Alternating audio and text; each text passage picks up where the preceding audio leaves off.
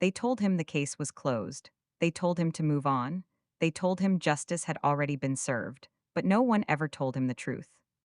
Pause. When Daniel Reyes buried his younger sister, the rain never stopped. It soaked through his suit, through the flowers, through the dirt hitting the coffin. And as the priest spoke, Daniel kept staring at the report folded in his pocket. Car accident, single vehicle, loss of control, accidental, that word followed him everywhere. It echoed in his head at night. It stared back at him from the paperwork. It was spoken by people who had never met her. But Daniel had. She was careful, methodical, afraid of driving at night. And she never drove that road.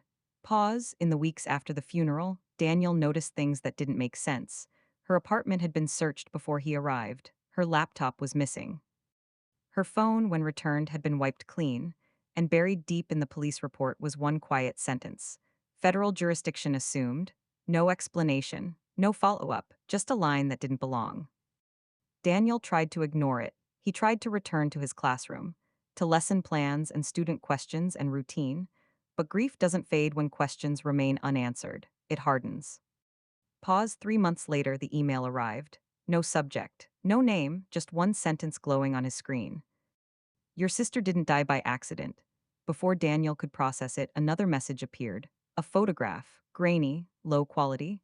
His sister sitting in a parking garage, leaning against her car. Talking to a man Daniel had never seen before. The timestamp showed it was taken 2 days before she died. Then the final message. Stop asking questions or you'll join her. Daniel's hands shook. Not from fear, from anger, the quiet kind, the kind that doesn't explode, the kind that plans. Pause. Daniel stopped talking to people about his sister. Instead, he started listening. He went through old emails, old call logs, old backups he didn't know existed, and that's when he found it. A hidden folder buried inside an old laptop image, encrypted. Labeled with a meaningless string of numbers. Inside were audio recordings. Short, fragmented, but unmistakable, his sister's voice.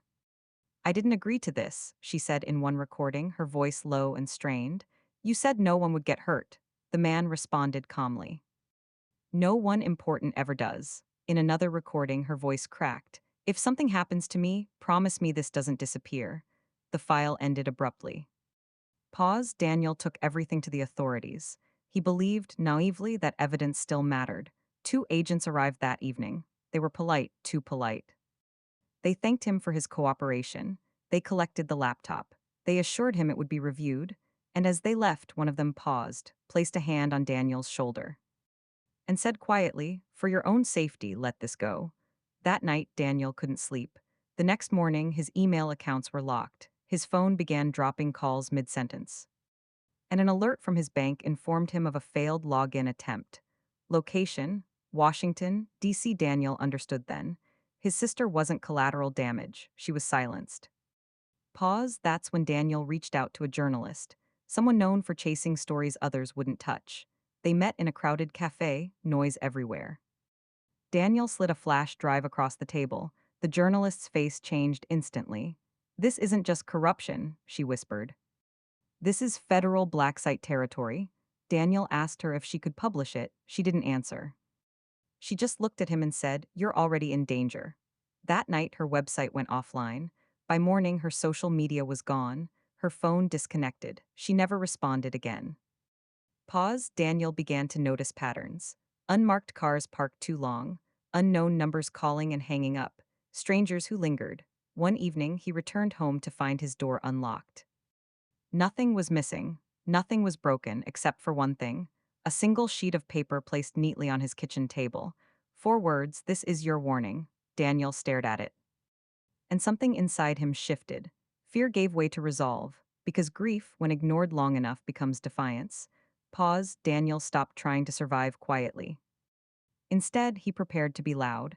He uploaded encrypted copies of everything to anonymous servers. Scheduled timed releases, delayed uploads, insurance. If something happened to him, the files would surface. Not all at once, but enough to make silence impossible. The final message came at 2:58 a.m. blocked number. One line. You won't win. Daniel stared at the screen, then typed back a single word. Watch. The next morning, fragments appeared online. Short clips, partial transcripts, not enough to explain everything. but enough to make people angry, enough to raise questions. Official statements followed, denials, clarifications, but something had already changed. Because once people start asking why, the system can't fully recover. Pause. Daniel Reyes resigned from his job, closed his accounts, vanished from public life. Some say he's hiding. Some say he was taken. But every year on the anniversary of his sister's death, a post appears, same anonymous account, same timestamp, same sentence. She wasn't an accident. Long pause because some people don't seek justice, they become it, and some stories aren't meant to make you feel safe. They're meant to make you angry enough to remember. The first leak didn't change the world. It never does, it just cracks it. Pause. Daniel expected arrests, raids, resignations. Instead, he watched the news pretend nothing happened. A spokesperson called the files misinterpreted fragments. An analyst dismissed them as digitally altered. A senator smiled and said, "We take these allegations seriously." And then they moved on. Daniel sat alone in his dark apartment, staring at the screen. His sister's voice had been heard by thousands, and yet, no one came for the truth. That's when the anger finally arrived, not loud. Not explosive, but cold, focused. Pause. 2 weeks later, Daniel received another message, different sender, different tone. This goes deeper than you think. Attached was a classified memo. Redacted heavily, but one phrase remained untouched. Project Hollow Mirror. Daniel read it again and again. The memo described an off the books intelligence operation designed to fabricate threats and then eliminate them. False identities, manufactured evidence, people erased quietly. And near the bottom of the page, a familiar name appeared. Not his sister S, but the man from the parking garage photo. The stranger, he wasn't a handler, he was a fall guy. Pause. Daniel realized then, his sister hadn't been silenced because she knew too much. She was silenced because she refused to lie. She was an analyst, a data verifier. Her job was to confirm patterns before operations moved forward, and she had found something wrong: targets that didn't exist, deaths that didn't align, threats created to justify budgets and power. She flagged it, she questioned it, and someone decided that was dangerous. Pause. The next file arrived encrypted inside another encrypted file, a contingency on top of a contingency. Inside was a video, low resolution, night vision. His sister sat at a metal table, her face pale. A man off camera spoke calmly. "You can still fix this," he said. "Sign the report.